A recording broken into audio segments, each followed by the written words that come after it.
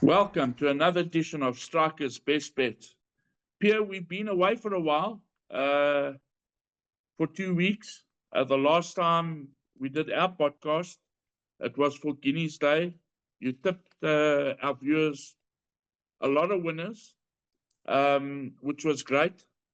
Last week, you and Andrew Fortune were on the panel discussion for the World Sports Betting Gravel 1900, where you tipped the winner. And on the day you tipped that horse of Tiny Peters.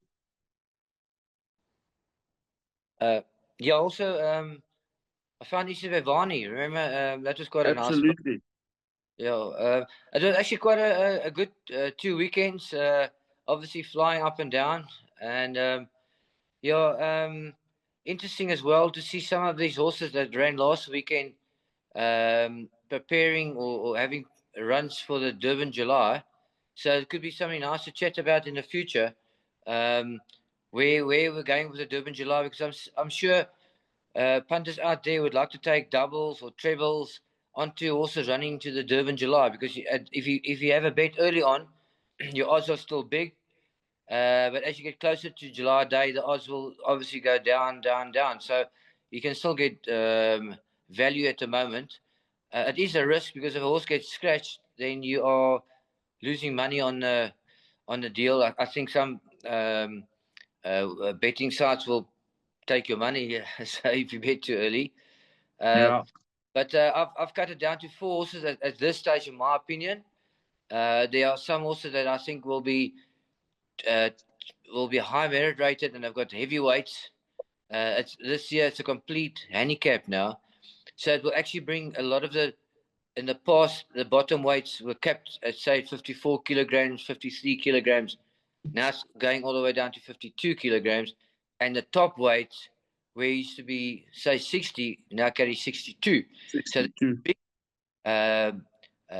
a weight difference from top weight to bottom weight, and that's why I'm leaning towards the bottom weights, like even the 3-year-olds. 3-year-olds were kept, as I said, I think at 54 kilograms. Now all of a sudden they can go all the way down to 52. So I think the 3-year-olds have to come into play this year. Yeah, I agree with you, and I think the Daily News is on the 30th of May. Excuse me. I think we'll get more of an idea after the Daily News, where everything is going. But you're 100% right. It opens up the door for these 3-year-olds now. I know, chatting to you over the weekend, I think you liked Wishlist, which must be a big runner. I think Note to Self is a big runner. I think that Run of Regulation wasn't a bad run at all, considering he was drawn. I think he was drawn low, but he ended up on the outside, pulling a little bit. So I think we'll get more of a picture. Yeah, Regulation had no luck in running, and the fact that he still finished second was an amazing run. And he's going to be one of those that will get a lowish type of weight. So I think that's one of my 4 at this stage. Speaking to Andrew Fortune on our panel discussion, it seems like he's leaning towards Wishlist. I don't want to make predictions and say that he's riding Wishlist, but he was leaning towards Wishlist. And the reason why he says Wishlist, acceleration is immediate. So Gravel will suit her. She's beaten Note to Self. I saw Note to Self on Saturday. I thought he's got too much of a long stride for Gravel. I know you finished third, but it was a smallish field. And if he's going to come from a back in a big field July Day, and he takes long to get going, he's not going to get up. And I think Andrew's making the right call there. Yeah, I agree with you. I think if we go back and look on Guinea's Day, that run of Legal Counsel, I think it's Legal Counsel, where he came from way back, flying on the outside. I pointed it out to you on the day. I think he's also got to come in, although, like you pointed out to me, okay, it depends on the ratings, and where he's going to sit and what weight he's going to carry, because it does bring, okay, those lower weights into the equation big time. Yeah. Just to finish off my other two fancies, because we've had a lot of punters complaining to us, why was there not a podcast? So I think we've got to talk about it now. So my other two that I'm considering would be Star Major, just because the way he won at Greyville. I know in Cape Town he was beaten by some of the other top horses, other top 3-year-olds. But as James Crawford said, he was a very late born foal. So he's only maturing later than the others. So he's still catching up to the other 3-year-olds for this year. So I'm going to throw him in a play at this stage, because he'll get a nice low weight as well. And then I wouldn't throw away Jan van Goyen. The reason why he won the Guineas in Cape Town with ease, he's a top horse. Then he disappointed. Every horse can run a bad race, and if you remember, they went flat out in that race, and I think there was a bit of misjudgment from the jockey with that pace. Then he came here. He had a run. He was apparently underprepared because they had a lot of rain, so he couldn't really get fit, and that was his first run, and he didn't run too bad a race. Then his last start, he came off gelding, and he also must have had work interference, because we've had a lot of rain here in Johannesburg, and that must have affected him as well. I know he was beaten by Preston regardless, but at the weight for age scale, he still ran a very good race. And I think if he has one more run and his fitness picks up, he's going to come in also at a low weight. Another dark horse for the race.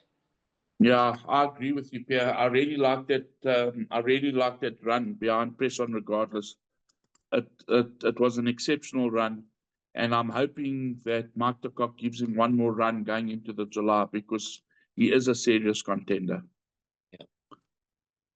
I think more importantly, we're going to preview Turffontein on Saturday. There's no feature.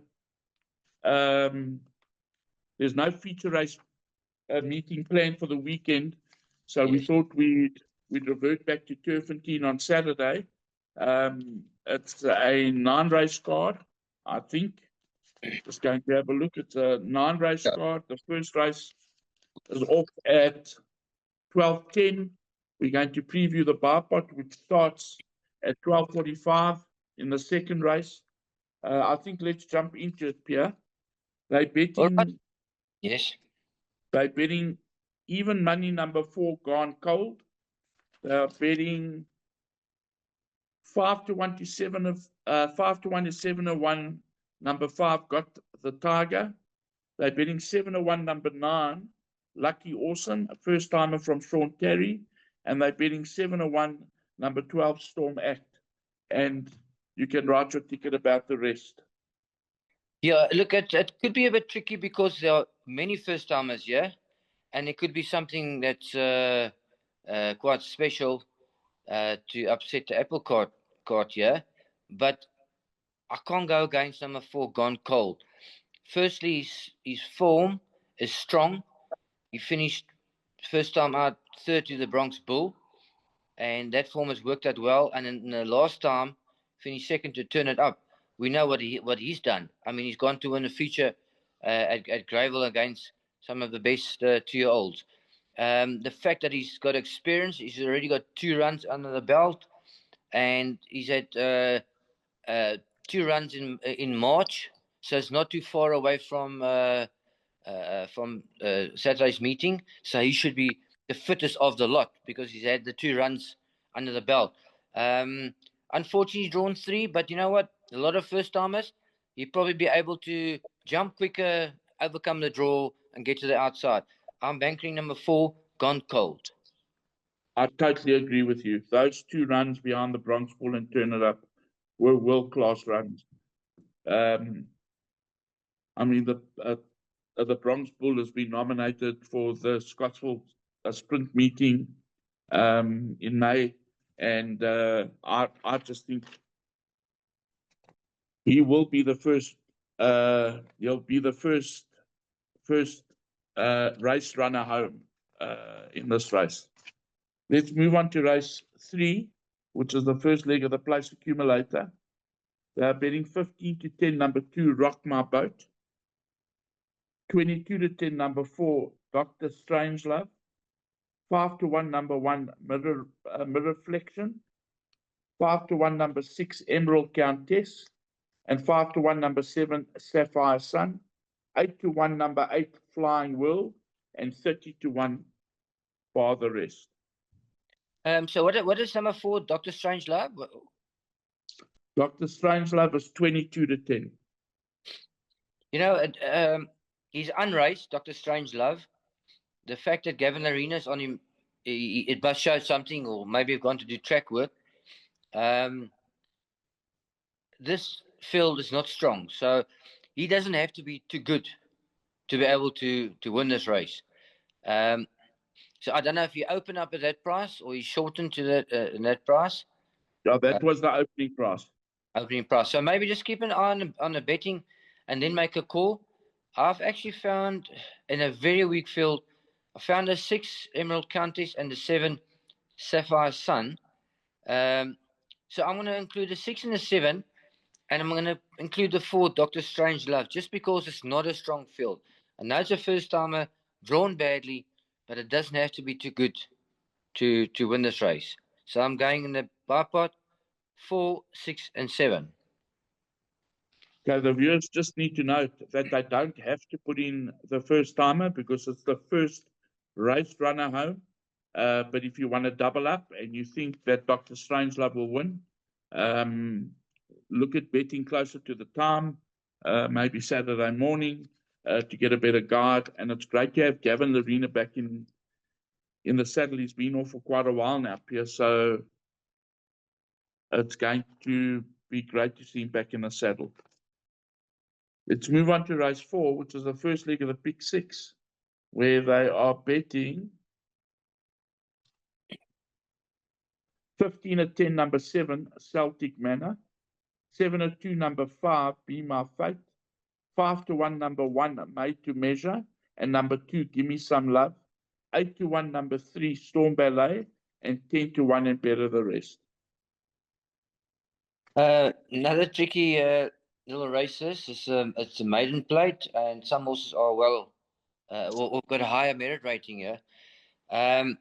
So I am going to include the 1 Made to Measure, because it is the best merit rated horse in the field. And I'm also going to include the 7 Celtic Manor. It is a 2-year-old. I think she is a little bit short in the betting, and not sure if her form, going on form grids, is that strong. So 15 to 10, I think is quite short. Not saying it can't win. But I'm going to include number 3, Storm Ballet, as my third choice. The reason why, drawn well, got the claiming of 1.5 kilograms. I don't think people realize it makes a difference. And if the form is close and you get claiming of 1.5, it puts you ahead of your danger. So I'm going with 1, 3, and 7. Yeah, I tend to agree with you. My reservation with these 2-year-olds in open company, for me, they've been shown up right now. They're not winning. I saw on Tuesday at the Vaal, I think it was, one of them running second. But 15 at 10 for me is just too skinny. For a 2-year-old racing in open company. Let's move on to race 5, which is the first leg of the first jackpot. They're betting 14 to 10, number 10, Tintin. 3 to 1, number 6, Errol Flynn. 6 to 1, number 8, the Playboy Bomber. 8 to 1, number 1, King's Express. 10 to 1, number 4, Will He Meet Again. 12 to 1, and Better the Rest. Yeah, this is a middle stakes race, so certain horses are better handicapped. So I like to lean towards those horses because they've run to that form, and the handicapper, not always correct. It's a tough job out there, but it gives you some sort of indication of how good they are. A horse that is not well handicapped is the favourite number 10, Tin. But I am going to include him because he's lightly raced. He's got a good draw. He won 3 in a row, and in his last start, he ran behind Roland Garros, and that was quite strong form. I think on the weekend there was a horse that ran and came out of that form and won. Was it not Isi Vivani? No, I stand to. I don't think it was, but there was one. We can quickly look at form grids. Will tell us. And then my other horses, like Errol Flynn, he looks like a really good horse. And he was nominated for the July, and he's now subsequently been withdrawn. There's only 44 horses left. But the fact that Joe Soma, the trainer, would nominate him for the July tells you he's showing a lot of ability. So he won his second start with ease, his third start with ease, and in his last start, cardiac rhythm. So he obviously, there are issues. Can you trust him? Well, we don't know. He got beaten 28 lengths last time. He's got a shocking draw. So I'm gonna go on the safe side. I'm gonna go towards horses that are well handicapped, and that would be Tommy Shelby, number 3, and number 4, Willie Meet Again. Unfortunately, they are both badly drawn. Willie Meet Again looks like it's a front runner, so it's going to have to maybe work to get there, and that might play against her. But she is the best handicapped horse in the race, and I'm covering up with Tommy Shelby and Tin. So I'm going with 3, 4, 10. I'm not saying that 6 Errol Flynn can't win, but I'm going to go against him until I see his form is more consistent. Yeah, I just know what Joey Simon thinks of this horse. He really, really rates this horse. My concern is the draw, as you quite rightly said.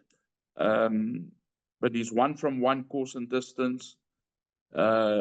He's if you put a line through that last run, he's a massive runner, and especially the reputation that he comes with.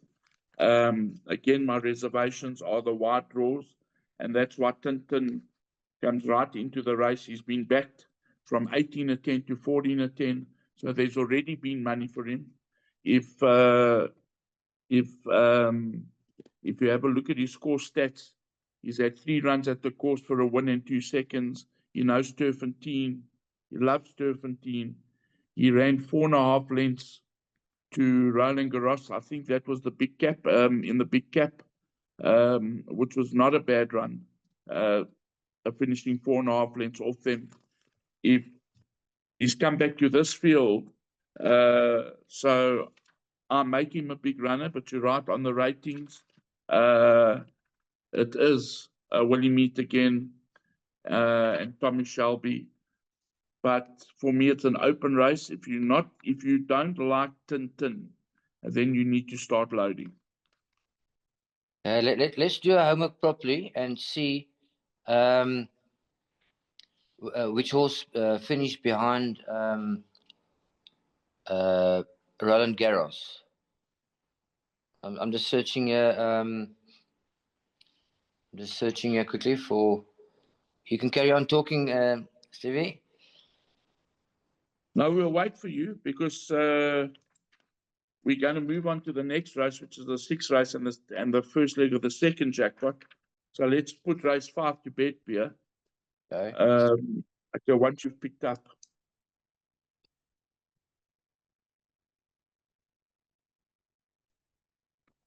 Right, race 5.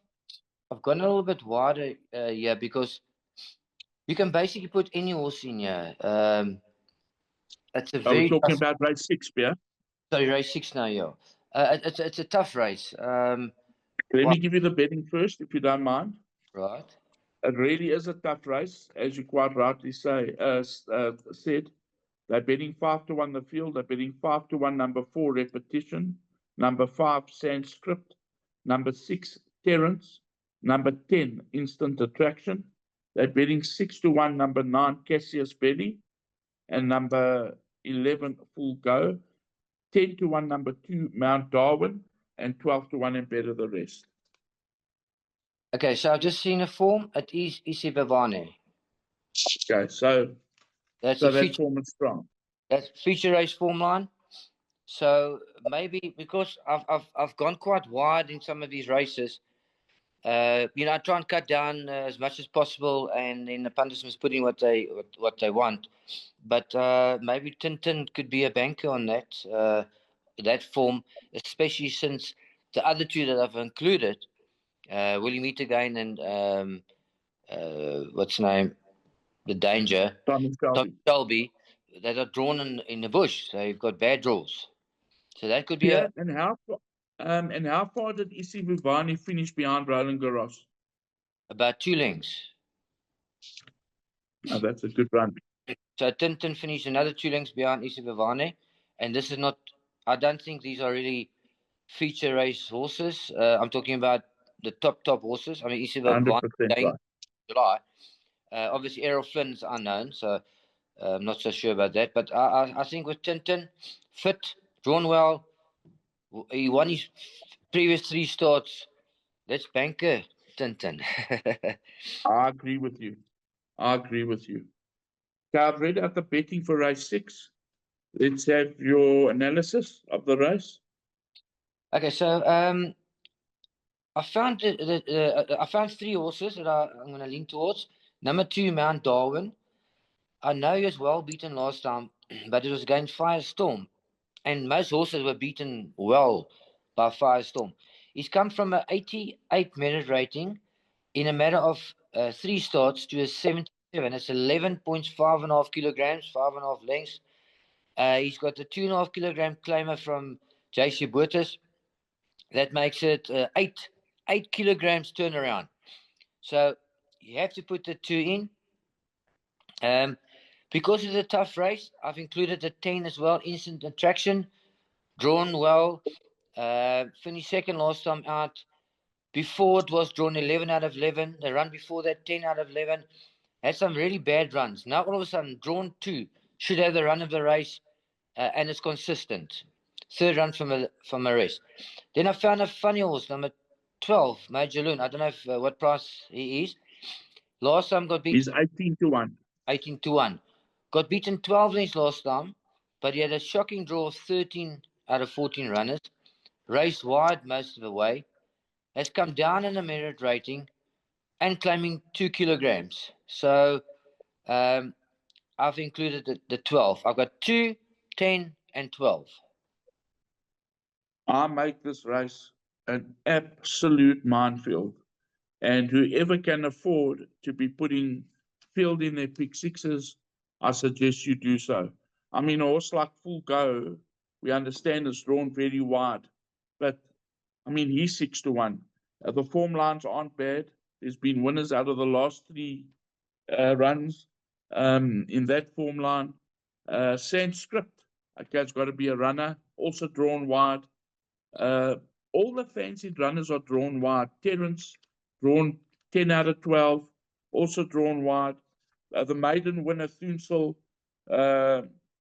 although he won well last time, those form lines are very strong. I'm not a big fan of maiden winners, so that's why I'm saying to you, this is a field race, in my opinion. Yeah, I think you're quite correct there. Let's move on to race 7, where they are betting 2-1 number 8. Future Gamble. She's going for 3 in a row. 22-10 number 4 Area Vistas. 4-1 number 3 One More Star. 8-1 numbers 1 Jordan, and number 6 Palace Attack, and 12-1 and better the rest. Okay, so another tricky race, even though it's a small field. I have found the 8 Future Gamble. So because it won well last time out, didn't get too much of a penalty. But I think it's a bit wider than that. Obviously found the 4 Area Vistas, also a comfortable winner last time. But it looks, I think it was a work riders race, which normally work riders races are not that strong. But my third pick is, once again, I keep going for this horse and I keep getting let down. But maybe it's time he comes with his best form, and that's number 6, Palace Attack. He's slowly coming down in the merit rating. Last time was beaten 15 lengths by Firestorm. But the previous race, I spoke about Firestorm as well. So I think Firestorm is a really smart horse. So with Palace Attack, I'm going to give him another chance. So I've got the 4 and a 6 in my bar pot at this stage. But if you want to include the 8, you can't go wrong there. Yeah, again, I'm not a fan of a horse going for 3 in a row, but this horse has done nothing wrong. Future Gamble, 1 from 1 the course, 2 from 2 the distance, 1 from 1 course and distance. Form lines are strung behind Cool Reggae. Like when she beat Cool Reggae and Southampton, I feel you, because I've also gone for Palace Attack in the past, and for me the only other run in the race is Area Vistas from the Tony Peter yard, with Carl Strydom, your nephew, on it. So we got to go for it, Pierre. Yeah. Let's move on to race 8, over 1100 meters. Normally the draws play a big part.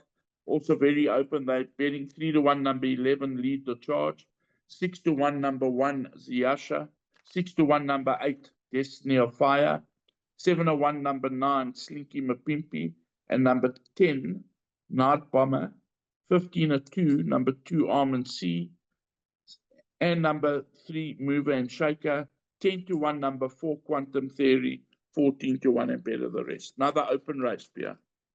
The open race, but it's a pinnacle stakes, so it's not a handicap, which means certain horses are better off at the weights. 2 horses stand out according to the weights, and that is number 8 Destiny of Fire and number 2 Almond Sea. Almond Sea last time saddle slipped. I don't know if it affected her chances by much. Before that, she finished 6 lengths behind Buffalo Storm Cody. So not a bad run, but in front of her was Ziasha. Now that brings Ziasha in the race, but also Almond Sea's last run. If you look at it, finished behind Perfect Miracle. This filly number 8 Destiny of Fire, who's the best handicapped horse in the race, has dropped 9 kilograms for 2 lengths beating, and Almond Sea dropped 1 for 3.8 lengths. So with that run, Destiny of Fire looks a certainty. I know it's won over 1400. It's lost twice when it won. So I'm not sure if it's a down the straight sprinter horse, but it ran a cracker last time when it stumbled at the start. It's got 50 kilograms on its back. It's drawn 10, which is a great draw for Turffontein on the outside. I'm almost tempted to bank the 8 Destiny of Fire, but you might just have to put in another horse, maybe Ziasha, as a horse that finished not far behind Buffalo Storm Cody, and the next start just over 3 lengths behind Jerusalem Marine, which was also like a little feature. So maybe just as a precaution, put the 1 and the 8 in. Piere Strydom is very, very, very strong on Destiny of Fire. If you want to bank this horse, I also like her. I think she's a big runner off that weight. She's got the draw. Jeffrey Sacer has been riding out of his socks for Mark and Matthew de Kock. I'm going to have a little bet, Pierre. The last time I said this, and you tipped one of those horses on the show. The horse started 18 at 10 and won as it liked. Personally, I'm going for Destiny of Fire. Nice price, nice low weight, and she's got the draw. So for me, I'm going for Destiny of Fire. Yeah, maybe with a banker, especially the PA, maybe bank in the pick six and go wide in other races, like you said. Some of these races look like field races, so maybe that filly wins, and then you go wide and hope for upsets later on. Absolutely, absolutely. Let's move on to the last race, race 9 on the day, where they are betting 3-1 number 1, Umzingeli Wanati, 5-1 number 2, His Lordship, and number 6, 2020 Vision, 7-1 number 3, Hemisphere, 6-1 number 11, Lonely as a Cloud, 7-1 number 9, Slender Silhouette, and they're betting 12-1 and better the rest. Have you found us a bomb yet, Pierre? I found a slight bomb. Yeah, I've gone with the two favorites, number 1 and number 2. Imzingeli Wenyati ran last weekend and finished second to Miss World. We found Miss World Absolutely. on the day. So Umzingeli Wenyati, as far as I remember, he wasn't well handicapped in that race, and the fact that he finished second and obviously wasn't allowed to get a penalty, that means it was quite a good run. He's got 63.5 kilograms, but he's got claiming of 2.5. So it doesn't matter what. Blaine Mark Jacobson, Pierre, just to let you know, Blaine Marks Jacobson's off the horse already, and they've got Rachel Venica on the horse, and she claims a 1.5. All right, so it's still 1.5. Not as good as 2.5, but it's 1.5. I'm gonna still keep him in because he's fit, drawn on the outside, and finished second to Nice Sort last time, and it's a 3-year-old, can only improve more. I'm gonna include His Lordship. Last time I had a little bit of interference, unfortunately drawn 1. But on collateral form lines, he's right there. And then my roughie, you're gonna not like this because I don't normally do this either. Also, it's just one its maidens, number 9, Slender Silhouette. I just like that she won her last start as a maiden, but she got a small penalty, and now is claiming 1.5 from Michelle. So drawn on the outside, I think it could be the dark horse, and it's a good price. The second last start, 3 direct winners from 6 runners. Before that winners, and so it goes on. So been quite strong form lines, and before that she ran at Kenilworth in Cape Town, and we know that their horses seem to be stronger up here in Johannesburg. So I'm going to go 1, 2, and 9.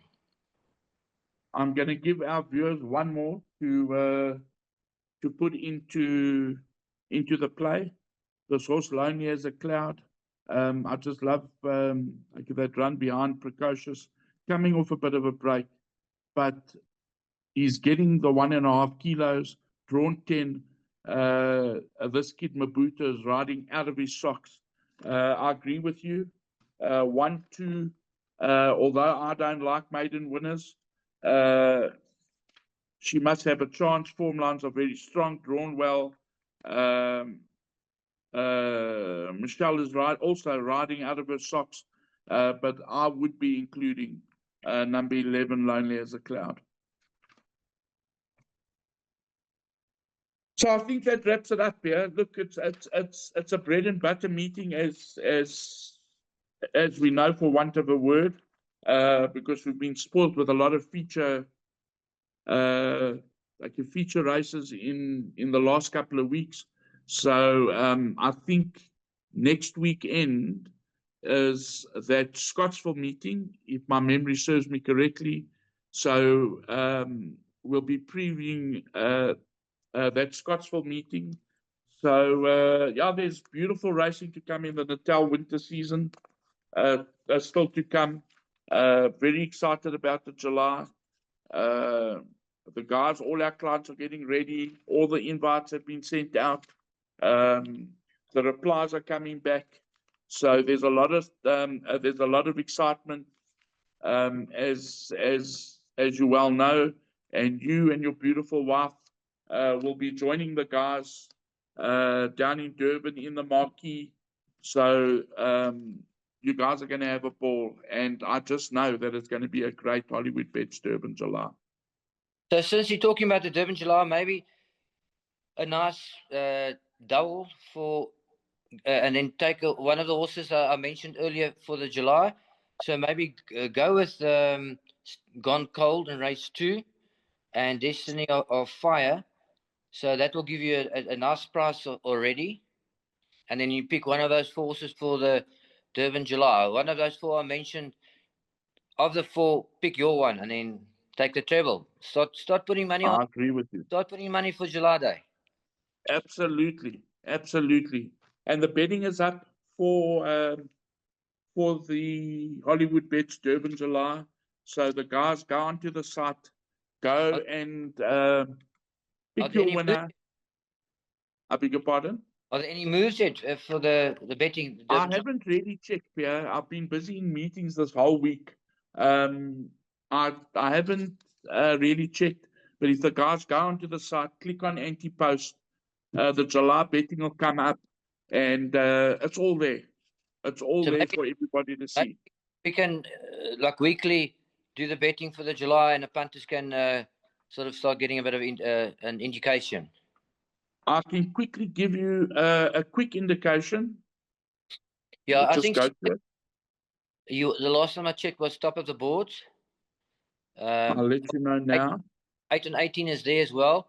Remember that he ran a very good race on Saturday because he wasn't quite.